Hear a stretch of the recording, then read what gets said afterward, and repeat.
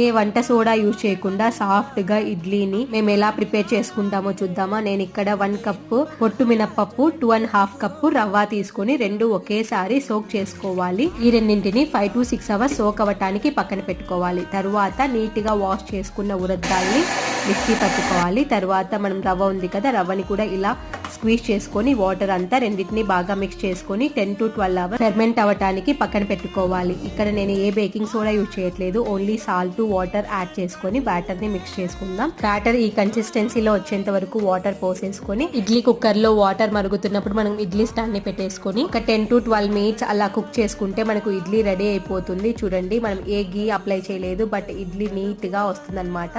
చూడండి ఇడ్లీ ఎంత సాఫ్ట్ గా ఉందో. ఇలా పొట్టు మినపప్పుతో చేసిన ఇడ్లీలు చాలా టేస్టీగా ఉంటాయి. ఇలా వేడి వేడి ఇడ్లీస్, చట్నీ, సాంబార్ వేసుకొని తింటే చాలా టేస్టీగా ఉంటాయి. డీటెయిల్ రెసిపీ కింద యాడ్ చేస్తున్నాను, కావాలంటే చూడండి.